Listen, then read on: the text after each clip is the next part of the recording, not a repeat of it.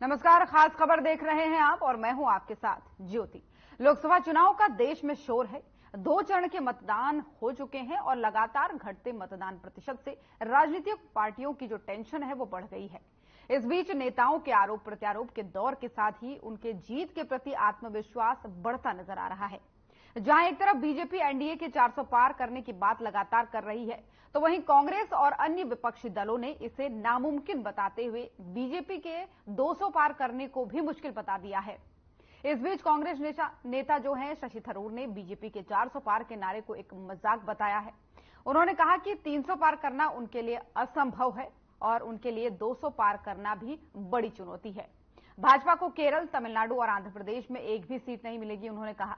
दक्षिण के राज्यों में बीजेपी का प्रदर्शन 2019 में भी खराब था और इस बार और खराब होने की उम्मीद है।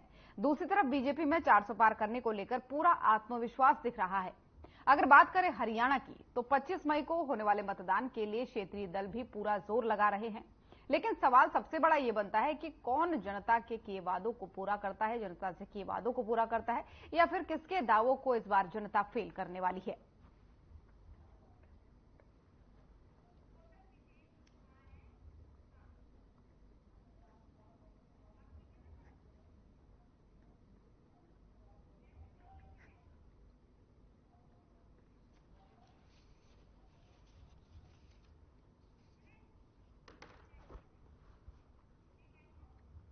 और इन्हीं सब तमाम मुद्दों पर चर्चा करेंगे। चर्चा के लिए मेहमानों को पैनल भी हमारे साथ जुड़ चुका है। तो सबसे पहले तारुफ उनका आपसे करवा दूं। सबसे पहले हमारे संवाददाता गुरुग्राम से विजेंद्र कुमार हमारे साथ जुड़ गए हैं और नीरज गुप्ता प्रवक्ता कांग्रेस हमारे साथ जुड़ चुके हैं। भूपेंद्र सिंह गहलोत प्रवक्ता बीजेपी हमारे साथ जुड़ चुके हैं। आप सभी मेहमानों का बहुत बहुत स्वागत है। सबसे पहले अपने संवाददाता के पास जाते हुए विजेंद्र, आपसे जानना चाहूंगी सियासी तापमान कैसा, माहौल कैसा है, क्योंकि एक तरफ कांग्रेस जो है वो लगातार कह रही है कि भाई 200 पार भी इस बार बीजेपी नहीं जाने वाली है, लेकिन अगर धरातल की बात करते हैं तो ये चीजें धरातल में कितनी साकार हुए आप देख पा रहे हैं? हाँ, देखिए, फिलहाल सबसे बड़ी बात है कि अगर लोकसभा चुनाव की बात करें तो आरोप प्रत्यारोप लगातार चल रहे हैं और ऐसे में जहां भाजपा 400 पार का नारा दे रही है, वहीं विपक्ष उसको नकारते हुए 200 पार करने की भी बात कर रहे हैं कि 200 पार नहीं कर पाएंगे।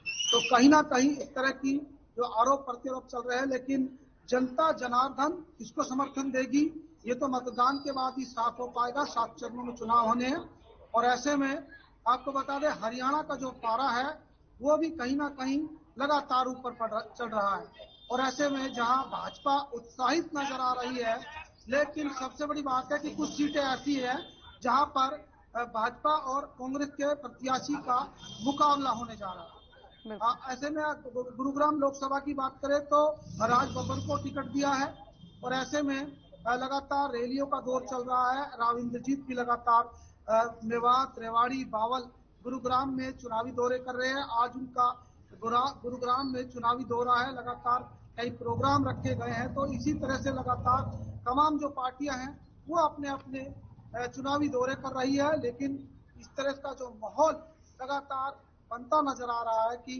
भाजपा जो 400 पार का नारा दे रही है वो कितना सार्थक हो पाएगा, ये लगातार विपक्ष उस पर तंज कस रहा है। ठीक है विजेंद्र, आगे आपसे चर्चा करेंगे, लेकिन हमारे साथ और भी मेहमान जुड़े हुए हैं। नीरज जी, आपसे सवाल लेते हुए जानना यही चाहूंगे कि आप कहते हैं इस बार 200 पार भी नहीं होने देंगे बीजेपी को, या फिर वो मुश्किल है, बड़ी चुनौती है बीजेपी के लिए। तो क्या आपको लगता है अगर 200 आप बीजेपी के खाते में डालने की बात करें तो क्यों कांग्रेस के खाते में इस बार कितने आने वाली है? ये जो 400 नारा मार दिया, नारा तो कोई भी लगा सकता है। ये नारा तो शुक्र है 400 को दिया, ये नारा तो 543 का भी लगा सकते थे। जैसे हरियाणा में उन्होंने लगाया था 75 बार तो 40 में रहेगी। तो 400 सीट पार करना नामुमकिन है, क्योंकि इनको ये ज्ञान होना चाहिए। बीजेपी वर्कर्स भी बैठे हैं, मैं इनको याद दिला दूं, नॉर्थ इंडिया में 99% सीटें इनकी हैं। तो सीटें बढ़ेंगी कहाँ? दक्षिण में इनके कोई गिनती नहीं है, तो सीटें बढ़ेंगी कहाँ? ये तो है नहीं कि लोकसभा की सीटें 723 हो जाएंगी तो जाकर इनको 400 मिलेंगी। ये बेमानी नारा है, सिर्फ अपनी हवा बनाते हैं। उस नारे की हवा निकल चुकी है। ये मेरे हिसाब से 200-250 बीच में रह जाएंगे, इससे ज्यादा सीटें कहीं भी आएंगी। और ये खुद भी देख रहे हैं, प्राइम मिनिस्टर नरेंद्र मोदी ने 400 नारा लगाना बंद कर दिया, कि उन देख रहे हैं पूरे इंडिया गठबंधन कड़ी टक्कर दे रहा है कि उन्होंने काम तो कुछ किए नहीं। 2 करोड़ रोजगार का वादा था, लेकिन आप कह रहे हैं कि बीजेपी की हवा निकल गई, दूसरी तरफ वो कह रहे हैं कि कांग्रेस की हवा निकल गई, इनके पास नेता नहीं है, इनके नेता छोड़ के जा रहे हैं। जनता में छोड़ देते हैं। मैं ये नहीं कहता हवा निकली, लेकिन 400 का नारा नहीं पार होगा। ये अपनी 400 बात पे रहे। और रही नहीं तो फिर अपना बताइए ना। चलिए ठीक है, हमने मान लिया आपकी बात कि आप कहेंगे कि हम उनको 400 पार नहीं करने देंगे, तो आप बताइए कांग्रेस कितने पार जाने वाली है इस बार? देखिए, इंडिया गठबंधन 250 करीब रहेगा। अच्छा, तो 250 कह रहे हैं कि आप 200-250 बीजेपी जाएगी, 200-250 इंडिया गठबंधन जाएगा। बीजेपी प्रवक्ता को मैं याद करा दूं दूसरी बात, जो 400 नारा पार कर रहे हैं, 400 की सकत तो 400 तो कांग्रेस कब तक पार करती है? आज से 40 साल पहले पार कर चुकी है। ये आप सपना देख रहे हैं। कांग्रेस तो वो रिकॉर्ड बना चुके हैं जिंदगी में रिकॉर्ड नहीं तोड़ सकते। ये तो 10 साल का। तो फिर आप रिकॉर्ड घटा क्यों रहे हैं? अगर ये रिकॉर्ड आप पहले ही दर्ज कर चुके हैं तो अब आप रिकॉर्ड घटा क्यों रहे हैं? 75 साल देखिए, हमारे कांग्रेस ने 65 साल किया है। थोड़ी बहुत करेक्शन आना स्वाभाविक है, कोई भी परिवार बना होता है तो एक पल के बाद गिरावट आती है। जनता भी चाहती है कोई नया देखे। जनता ने नया 10 साल का शासन देख लिया। मैं आपको इतनी जरूर गारंटी कह सकता हूँ, हम तो 55-65 साल के बाद भी जिंदा है। अगर ये 15-20 साल और भी राज कर गए ना तो इनका इतिहास हो जाएगा। ये इतिहास में नजर भी नहीं आएंगे। कांग्रेस पार्टी को नीतियों को अभी भी याद करते हैं। मैं ये अपने घमंड से नहीं कह रहा, मैं एक आपको प्रैक्टिकल बात बोल रहा हूँ। 10 साल के बाद ये लोग पहुंच चुके हैं, इनका कोई भी वादा पूरा नहीं हुआ। मोदी नाम है, झूठी गारंटी का नाम। रोजगार की अगर गारंटी चाहिए, झूठ का काम चाहिए, महंगाई हो रही है तो मोदी को लाओ। नीरज जी लौटूंगे आपके पास। जो आरोप आपने लगाए हैं, जो सवाल आपने दागे, भूपिंदर जी हमारे साथ बने हुए हैं। भूपिंदर जी, इनका कहना है कि ये सब हवा हवाई है, लेकिन इनके बड़े नेता भी कह रहे हैं कांग्रेस वाले कि 400 पार तो ये सपना है, ये पूरा नहीं हो सकता, 200 पार भी मुश्किल है आपका। देखिए ज्योति जी, मैं तो ये कहना चाहूंगा, इनके पास उम्मीदवार ही नहीं है। कई सीटों पे तो इनके उम्मीदवार पर्चा ही उठा ले गए और कई सीटों पर इनको उम्मीदवार मिल ही नहीं रहे हैं। मैं हरियाणा प्रदेश की बात करूं तो हरियाणा प्रदेश में इनको उम्मीदवार ही नहीं है इनके पास। कहीं राज बब्बर को उठा के ला रहे हैं, कहीं उत्तराखंड से उठा के ला रहे हैं। इनके पास ना उम्मीदवार है, ना इनका कोई लेना देना है। तब राज बब्बर को आप उम्मीदवार नहीं मान रहे भूपिंदर जी? नहीं, मैं कहता हूँ उम्मीदवार है ही नहीं। हरियाणा प्रदेश से उनका कोई लेना देना नहीं। अच्छा, वो ये कह रहे हैं भूपिंदर जी, वो कह रहे हैं कि हमारे प्रत्याशी तो आप उठा के ले जा रहे हैं, तो हम उठाएंगे। नहीं, देखिए, हम किसी के प्रत्याशी नहीं उठा रहे। आदरणीय नरेंद्र मोदी ने जो कल्याणकारी योजनाएं लागू की हैं, उनसे प्रभावित होकर सारी देश की जनता और हरियाणा प्रदेश की जनता और नेता हमारी तरफ आकर्षित हो रहे हैं और हमारी योजनाओं से प्रभावित होकर जो हमारी तरफ आ रहा है हम उनको ले रहे हैं। हम कोई कांग्रेस पार्टी की तरह तो है नहीं कि अपने आदमियों को लठ मार के भगा दें। कहीं इन्होंने पीछे तंवर को लठ मार के भगा दिया था, तो जो भगा दिया था तो वो कहीं तो जाएगा ना। और मैं तो ये कहना चाहता हूँ, इनका क्या हाल है। किरण चौधरी कह रही है इसकी हम रोड निकाल देंगे, जितनी ज्यादा हमारी मदद की उससे ज्यादा इनकी मदद हम करेंगे। किस तरह से इनके फरीदाबाद में जब नॉमिनेशन होता है तो भूपेंद्र सिंह ये तो सकारात्मक बात हुई ना भूपिंदर जी, जितनी इन्होंने हमारी मदद की उससे ज्यादा मदद करेंगे। अरे भाई, मदद का मतलब यह है कि उसकी जमानत जब्त कराई थी पीछे, श्रुति तीसरे नंबर पर आई थी, तो वैसे इसको वो तीसरे नंबर से भी इसको चौथे नंबर पर ढकालने की बात कर रही है। और मैं ये कहता हूँ कि ना तो यहाँ श्रुति आई इनकी नॉमिनेशन में और ना सिरसा में भूपेंद्र हुड्डा गए, ना फरीदाबाद में गए, और जो कुरुक्षेत्र में नॉमिनेशन हुआ ना कोई दूसरा ग्रुप आया। ये तो इनका इतना लठ बजा हुआ है, इनका बुरा हाल है। इनको तो कांग्रेस के लोग कांग्रेस को ही हरा देंगे, हमें बहुत ज्यादा मेहनत करने की जरूरत भी नहीं पड़ेगी। और मैं ये कहना चाहता हूँ, देखिए आज बंगाल की बात कर लीजिए, 30 से भी ज्यादा सीटें हम बंगाल में जीत रहे हैं। मैं तो ये कहता हूँ कि जहाँ पीछे कांग्रेस की कुछ सीटें आई थी वहीं नहीं है सीट, यहाँ ये कहाँ से आएंगे। इनका सूरत में तो इनका उम्मीदवार ही नहीं मिला, भाग गया। और इंदौर में इनका जो कैंडिडेट था वो उठा के अपना फार्म ही भाग गया। तो ये कहना कि इनका हमारी तो 400 सीट से ऊपर आएंगे, इसमें किसी किस्म का कोई शक नहीं है। और हरियाणा प्रदेश में 10 की 10 सीटों पर हम चुनाव जीतेंगे। और जहाँ 1-2 सीटों पर पिछली बार इनकी जमानत बच गई थी, वहां भी जमानत जब्त होने की बात करेंगे। क्योंकि भूपेंद्र सिंह हुड्डा को सब जानते हैं किस तरह से इन्होंने किसानों की जमीनों पे डाकर डाला था, किस तरह से खर्ची पर्ची देकर नौकरी। गहलोत साहब, आगे चर्चा आपसे करेंगे, और भी मेहमान बने हुए हैं, लेकिन अपने संवाददाता के पास एक बार फिर से जाना चाहूंगी। वीरेंद्र, मेरी आवाज आप तक पहुंच पा रही है? विजेंद्र, आप मुझे सुन पा रहे हैं? इनका खैर ये आरोप प्रत्यारोप तो चलता रहता है पार्टियों का, आप तक मेरी आवाज नहीं पहुंच पा रही विजेंद्र? चलिए कोई बात नहीं, दोबारा जुड़ने का आपसे प्रयास करेंगे। लेकिन नीरज जी हमारे साथ जुड़े हुए हैं। नीरज जी, ये कह रहे हैं कि आप ही के नेता भाग भाग के जा रहे हैं, कोई नामांकन कराने के बाद भाग रहा है और आप कांग्रेस को डुबा देगी, हमें बहुत मेहनत करने की जरूरत है ही नहीं। अपनी व्याख्या कैसे भी कर सकते हैं, जब आपने इनको कहा कि तो अच्छी बात है, ये तो उस बात के सेंटेंस की व्याख्या कैसे करते हैं इसका मैं कोई जवाब देना चाहता। रही इनके पास खुद की कैंडिडेट क्या है, आज 10 एमपी में 6% एमपी हमारे हैं, 7% एमपी। इनको भूलना चाहिए कि ये बात ध्यान नहीं रखते। इनका कोई भी दाता दो इल्जाम लगाते अपने उप देखें। ये नवीन जिंदल को उनके प्राइम मिनिस्टर कोयला चोर बोलते थे कि उसकी 30,000 की दलाली पर कोयला 30,000 करोड़ रुपए निकालूंगा। आज उनको सिर्फ सत्ता की लोग के लिए अपनी पार्टी में ले वहां से टिकट दे दिया। ये दोहरे चिंतन की बात करते हैं। कहा इनका भ्रष्टाचार जीरो टॉलरेंस पॉलिसी, जिन लोगों को भ्रष्टाचारी बोलते हैं वही तो वो कह रहे कि जो प्रधानमंत्री नरेंद्र मोदी जी की नीतियों से खुश होकर यहाँ आएगा हम उसे शामिल करेंगे, हम अपनी पार्टी में उसे जगह ठीक है मैडम, हम आपकी बात से सहमत हूँ, आप शामिल कीजिए। फिर भ्रष्टाचार क्यों बोलते हैं दूसरे दल को? भ्रष्टाचारी दल को बोलते हैं, उनके नेताओं को भ्रष्टाचारी बोलते हैं और उसको अपने पार्टी लेने गुरेज नहीं करते हैं। ये डबल स्टैंडर्ड क्यों? चंडीगढ़ का हाल देखा आपने, ये सत्ता चोर है, सत्ता के इतने लालची हैं, इनका सिर कितना गिर गया है, इन्होंने राजनीतिक स्तर इतना गिरा गया, पूरी विश्व में कोई नहीं गिरा सकता। मैं एग्जाम्पल दूंगा चंडीगढ़ का, मेयर बना लिया, बाद में हरियाणा हाई कोर्ट ने क्या किया, पूरे विश्व में बेइज्जती कराई छोटे से इलेक्शन के लिए, मुंह की खानी पड़ी। आप देखिए ब्रिजभूषण के लड़के परिवार करते हैं, ब्रिजभूषण का आपके यौन शोषण का आरोप लगा था, करोड़ों लड़कियों के साथ धोखा करा इन्होंने, आज उसके लड़कों को टिकट दे दी। क्या इतना स्टैंडर्ड रह गया कि जिसपे यौन शोषण का आरोप लगा उसके लड़के को टिकट दे दी? अब परिवारवाद कहां चला गया? अपने परिवारवाद की लिस्ट खोल के देखें। अच्छा, तब तो आप विरोध कर रहे थे कि ब्रिजभूषण को टिकट नहीं मिलना चाहिए, अब नहीं दिया तो फिर? मैडम मैं परिवारवाद पे कह रहा हूँ, वो अच्छा किया नहीं मिला, उसके लड़कों को दे दिया, परिवारवाद की बात कर रहा हूँ। ये कहते हैं ना कार्यकर्ताओं को टिकट मिलता है, हम परिवारवाद नहीं करते, तो उनके बेटे को टिकट क्यों दिया? मैं ये बात कहना चाहता हूँ, हम पे परिवारवाद का आरोप लगाते हैं। आपने खुद की लिस्ट देखिए, जो 547 एमपी की सीट है उनमें कितने बच्चों को सीट दी है, मैं इस बात को जवाब दे रहा हूँ। अच्छा उसका टिकट कट गया, उसको तो अभी कुछ भी नहीं हुआ, उसको और सजा मिलनी चाहिए थी। ऐसे हरियाणा में देखिए संदीप खेल मंत्री दूसरी ये कह रहे हैं नामांकन पे गए, एक अकेला आदमी सबके नामांकन पे जाएगा। खट्टर साहब कितने नामांकन पे गए, या आपके नायब सैनिक कितने नामांकन पे गए? वो पार्टी का इंटरनल मैटर है ना। महेंद्र प्रताप जी खुद इतने बड़े शख्सियत हैं, और दूसरा हरियाणा प्रदेश कांग्रेस के अध्यक्ष उदयवान जी आगे, फिर किसकी क्या जरूरत है? वो अपने काम में व्यस्त है। ये बेकार की बातें करते हैं। विकास के मुद्दे में बात कीजिए, आप बेरोजगारी में बात कीजिए। अच्छा, तो ये बताइए आप जो हुड्डा साहब नामांकन पर नहीं गए, जिस पर उन्होंने सवाल उठाया, क्या ये सही था? क्या आप व्यस्तता की बात कहते हैं इसमें कि व्यस्तता थी इसलिए नहीं जा पाए? उनके रोहतक प्रोग्राम लगाए तो कहो तो मैं आपको प्रोग्राम भेज देता हूँ, प्रोग्राम की लिस्ट हम पे आ जाती है, वो वेस्टर के कारण नहीं गए। ठीक है, प्रोग्राम की लिस्ट हमारे पास भी आ जाती है, लेकिन मेरा सवाल देखिए उदयवान जी आए थे और हमारे प्रभारी थे दीपक बौरिया, दोनों कोई बड़े छोटा चेहरा नहीं है, ये दोनों आ गए। कोई जरूरी है 3-3, 4-4 आदमी आएंगे? और दूसरी कह रहे हैं कि एक बार तो समर्थन देने की आप बात कर रहे हैं, एक बार कह रहे हैं कि हम साथ देंगे, दूसरी तरफ आप नामांकन में ही नहीं पहुंच रहे हैं। ऐसा कुछ नहीं है, जो भाई हर आदमी हर नामांकन पे नहीं आ सकता, सब साथ है। कांग्रेस पार्टी एक दूसरे चुनाव लड़ेगी, ये इनको अपने चश्मे से दिखता है फूट का है। अरे अपना फूट देखिए, कुलदीप बिश्नोई ने क्या किया नामांकन में, क्या कितनी कुर्सियां, खाली 200 कुर्सी लगा के स्वाद कर दिया। आप अपने तो देखिए ना, हम पे क्यों करते हैं?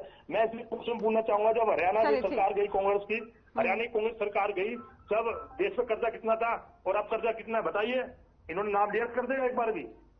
आप 60,000 करोड़ कर्जा था, आज 4.5 लाख करोड़ कर्जा है। ज्योति जी आप पे भी 1,23,608 रुपए कर्जा है, मुझ पे भी है, और ये जी बीजेपी प्रवक्ता बोल रहे हैं उन पे भी है, जसपा के प्रवक्ता सब पे, जो संवाददाता है उन सब पे कर्जा है। इस बात का जवाब देंगे क्या? ये चलिए ठीक है, ले लूंगी, बातें करते हैं, इस बात का जवाब भी ले लूंगी, इस बात का थोड़ा सा रोकूंगी आपको, क्योंकि हमारे संवाददाता हमारे साथ बने हुए हैं।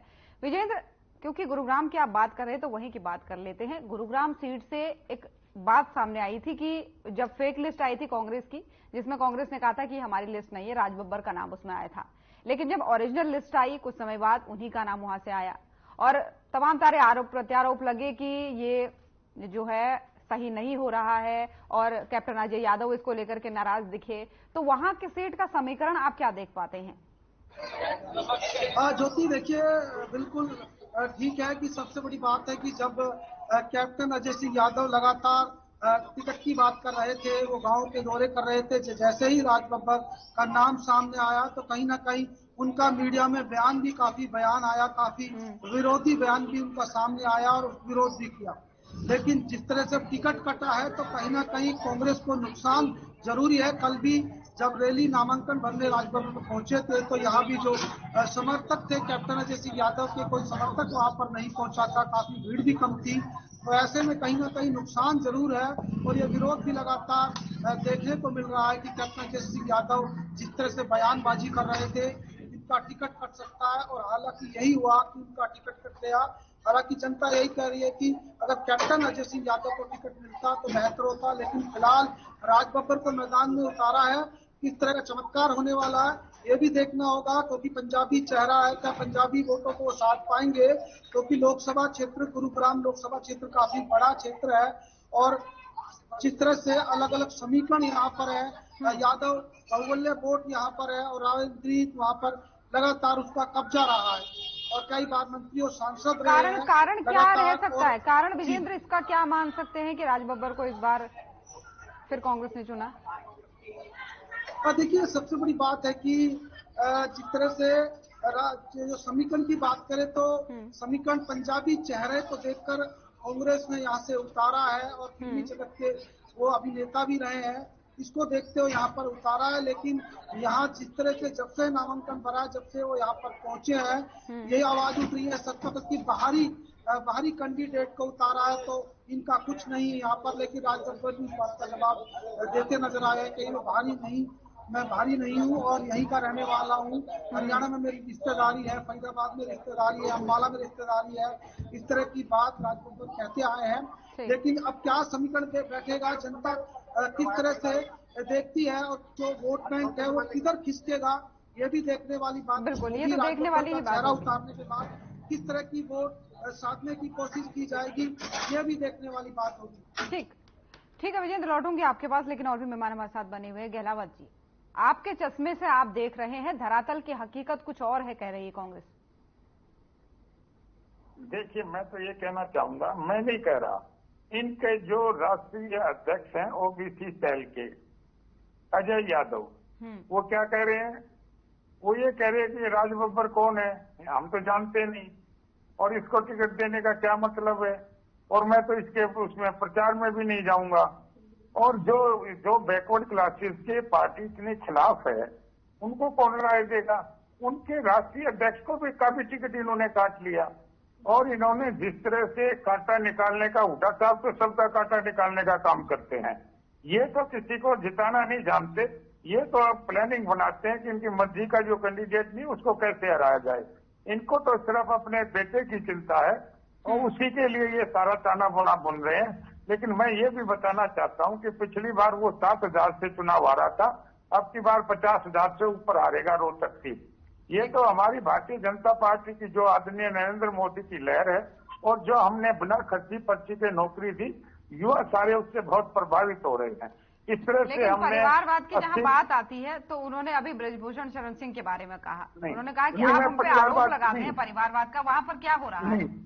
नहीं, मैंने परिवारवाद की बात ही नहीं की। मैंने ये कहा इनका ओबीसी सेल का राष्ट्रीय अध्यक्ष जो 6 बार एमएलए बना था उसका टिकट काट दिया इन्होंने। उसमें कहां से, क्योंकि ये लोग ओबीसी के खिलाफ हैं, राज बब्बर को कहां से उठा लाए? क्या जरूरत थी उसकी? क्या हरियाणा प्रदेश में कोई भी इनके पास नेता नहीं था? और दूसरा मैं ये भी कहना चाहता हूँ, आप हरियाणा दिल्ली इनके साथ में, दिल्ली तो हमारा तो अच्छी बात हो गई ना, अगर आप उसको मैं ये कहता हूँ दिल्ली आप इन्होंने एक आदमी का नाम लिया बावरिया का कि वो नॉमिनेशन कराने गए। दिल्ली के जो इनके राष्ट्रीय प्रदेश के अध्यक्ष थे लवली, उन्होंने तो बयान दिया, राजकुमार जी ने तो बयान दिया कि इसे बावरिया ने तो बैठा दिया हमारा, इसको यहाँ से वापस बुला लो, और वो पार्टी भी छोड़कर चले गए। एक पार्टी का जो स्टेट का अध्यक्ष है, जब वही पार्टी छोड़ के चला जाता है तो फिर क्या बात रहेगी? मैं ये कहता हूँ इनका कुछ भी नहीं है, इनमें इतनी गुटबाजी है, इनका ना संगठन है, ना लेना ना देना है। ये तो मठा भीस है पार्टी में, वो एक दूसरे की टाइम खिंचाई करने की काम करते हैं।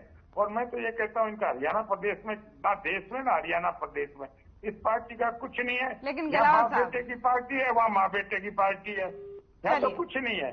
वहाँ तो राहुल के खिलाफ कुछ नहीं मिल रहा, एक राहुल है और कोई इनके पास नेता नहीं।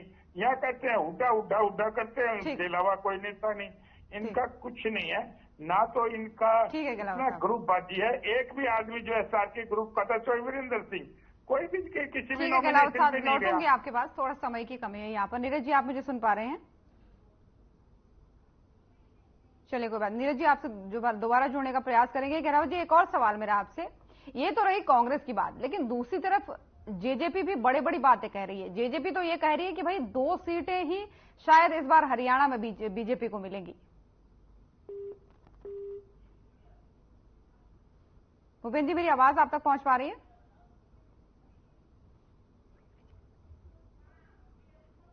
चलिए कोई बात नहीं, भूपेंद्र जी आपसे भी दोबारा जोड़ने का प्रयास करेंगे, नेटवर्क की थोड़ा सा समस्या है। विजेंद्र हमारे साथ जुड़े हुए हैं। विजेंद्र, अलग अलग बातें कहती है पार्टी, कहीं 400 पार की बात होती है तो दूसरी तरफ वो पार्टी उसको नकारने की बात करती है। लेकिन हरियाणा में जिस तरीके से हम देख सकते हैं, आपने बताए गुरुग्राम सीट का हाल आपने बताया कि अगर कैप्टन अजय यादव को उतारा जाता तो हो सकता है परिस्थितियां कुछ और होती। लेकिन दूसरी तरफ जो विपक्षी हैं वो ये कहते हैं, विपक्षी नहीं कहें, बीजेपी कहे साफ तौर पर, उनका ये कहना है, चाहे अगर विपक्ष की भी हम बात करते हैं, इनेलो की बात करते हैं, जेजेपी की बात करते हैं, तो कांग्रेस को लेकर के वो ये कहते हैं कि जो भी प्रत्याशी उतारा गया है उसमें गुटबाजी साफ देखी जा रही है। उसमें ये हुड्डा और बीजेपी के मिलने की बात कहीं ना कहीं कही जाती है कि हुड्डा साहब बीजेपी से मिले हुए हैं, इसलिए जानबूझ करके कमजोर प्रत्याशी उतारे जा रहे हैं। तो इन बातों में कितनी सच्चाई है धरातल पर, क्योंकि आप लगातार जुड़े रहते हैं, काम करते हैं, तो आप कैसे, किस तरीके से इसको देख पाते हैं? मेरी आवाज विजेंद्र आप तक पहुंच पा रही है? चलिए कोई बात नहीं, विजेंद्र आपसे दोबारा जोड़ने का प्रयास करेंगे। तो 2024 का ये रण है, चुनाव चल रहे हैं, लगातार 7 चरणों में मतदान होने हैं, जिसमें से 2 चरणों का मतदान हो चुका है। लेकिन बाकी चरणों की तैयारियों में दल फिलहाल जुटे हुए हैं। तीसरे चरण की जो वोटिंग है वो 7 मई को होनी है। उससे पहले पार्टियों ने कमर कस ली है। आरोप प्रत्यारोप का दौर भी खासकर जारी है। जहां इस बार एनडीए 400 पार का लक्ष्य लेकर के चली है, बीजेपी 370 पार का लक्ष्य लेकर के चली है, तो दूसरी तरफ कांग्रेस का ये पूरा प्रयास रहेगा कि वो बीजेपी को लक्ष्य छूने ना दे। इसके लिए वो आरोप भी लगा रही है, लगातार आरोप प्रत्यारोप भी कर रही है और फील्ड पर भी एक तरीके से कमर कसती भी नजर आ रही है। लेकिन दूसरी तरफ एनडीए गठबंधन का अपना आत्मविश्वास है कि इस बार 400 पार करेंगे। हालांकि इसमें देखने वाली बात होगी कि क्या जनता तय करती है, जनता किसके हाथों में सत्ता सौंपेगी, ये तो जनता के हाथ की ही बात है। लेकिन फिलहाल अगर बात करें तो खूब फजीहत पार्टियों की चल रही है, क्योंकि कांग्रेस के बड़े नेता है, माफ कीजिएगा, शशि थरूर, उन्होंने भी बड़ी बात कही थी कि 200 पार भी इस बार बीजेपी पहुंचने वाली नहीं है। इसी बीच भूपेंद्र गहलावत जी हमारे साथ बने हुए। भूपेंद्र जी, एक बड़ा सवाल ये भी बनता है, ये तो कांग्रेस की बात रही जो मैंने आपसे अब तक पूछा, लेकिन जेजेपी की जहां पर बात करते हैं वो भी यही कहती है, दुष्यंत चौटाला साहब कहते हैं कि इस बार तो 2 सीट भी ना आने की बीजेपी की। देखिए, मैं तो ये कहना चाहता हूँ, विपक्ष के लोग हैं, बौखलाए हुए हैं, वो बेचारे कुछ तो कहेंगे। मुझे आप इनका पूरे देश में एक राहुल के अलावा एक आदमी ऐसा बता दो जो इनका नेता हो या जिसकी कोई बात सुनता हो। हमारे पास तो 50 नेता है और इनके पास हुड्डा के अलावा इनका आप हरियाणा प्रदेश में बता दो। इनका इतना बुरा हाल है, ये बेचारे जब इनको हार का डर है तो ये कुछ ना कुछ तो कहेंगे। बौखला जाता है आदमी तो ऐसी हरकतें करता है, ऐसी बातें करता है। इनका हरियाणा प्रदेश में और देश में कुछ भी नहीं है। 400 पार सीटें हम जीत के आएंगे और फिर से तीसरी बार सरकार बनाएंगे। इसमें किसी किस्म की कोई संकोच करने की और शक करने की जरूरत ही नहीं है। लेकिन एक बात और कहते हैं ये लोग कि जो बीच में बातें चली थी, मंगलसूत्र वाला बयान चला था, चाहे आरक्षण चला था, चाहे और भी तमाम सारे मुद्दे थे, उस पर इन लोगों का कहना यह होता है कि आप लोग डर गए हैं, आप लोगों को पता है कि इस बार एंटी इनकम्बेंसी होने वाली है, इस बार सत्ता विरोधी लहर चल रही है, इसलिए इस तरीके के बयान दे रहे हैं। देखिए, मैं तो ये कहना चाहूंगा कि जो आदमी बौखला जाता है वो कुछ भी कह सकता है, क्योंकि ये सारे लोग घोटालों में संलिप्त हैं। वो ये डरे हुए हैं कि जब तीसरी बार आदरणीय नरेंद्र मोदी जी देश के प्रधानमंत्री बनेंगे तो भ्रष्टाचार पर किस तरह से अंकुश लगेगा। और जो ये भ्रष्टाचारी बाहर बचे हुए हैं, ये इन्होंने एक इंडिया गठबंधन बना लिया। आप इनसे यही पूछ लो कि ये जो चोरों का ग्रुप बना है, इसका सरदार कौन है? इनका सरदार ही नहीं है, इनको पता ही नहीं सरदार कौन है। ये तो बिल्कुल ऐसे ही ऐसी बातें करते हैं जिसमें कोई दम नहीं होता। हम बिल्कुल से 400 पार की सीट पार करेंगे और देश में भ्रष्टाचार खत्म करने की बात करेंगे। ये तो भ्रष्टाचारी लोग डरे हुए हैं, सारे जितने भ्रष्टाचारी लोग हैं वो इकट्ठे हो गए और आज हमारे पर आरोप लगाते हैं एनडी गठबंधन, ईडी का, दूसरे का। अरे लालू यादव को किसने सजा दी थी? यहाँ ओम प्रकाश चौटाला को किसने सजा दी थी? जब राहुल पे और सोनिया पे केस बना, जब किसकी सरकार थी? ये तो देखिए, जो लोग भ्रष्टाचार करते हैं उनको तो जेल में जाना पड़ता है। कभी ना कभी ये तो है कि देर तो हो सकती है लेकिन अंधेर नहीं होता। ऐसे भ्रष्टाचारियों को जेल में ठोकने की आदरणीय नरेंद्र मोदी ने जो कसम उठाई है, उससे ये डरे हुए हैं और उससे डर करके ये ऐसी ऐसी बातें करते हैं। इनका बाकी ना हरियाणा प्रदेश में ना पूरे देश में कुछ नहीं है। ठीक है गलावत जी, समय की थोड़ा सा कमी है। बहुत बहुत धन्यवाद आप सभी मेहमानों का हमारे साथ जुड़ने के लिए। तो खास खबर देख रहे थे आप। चर्चा में फिलहाल इतना ही। नमस्कार।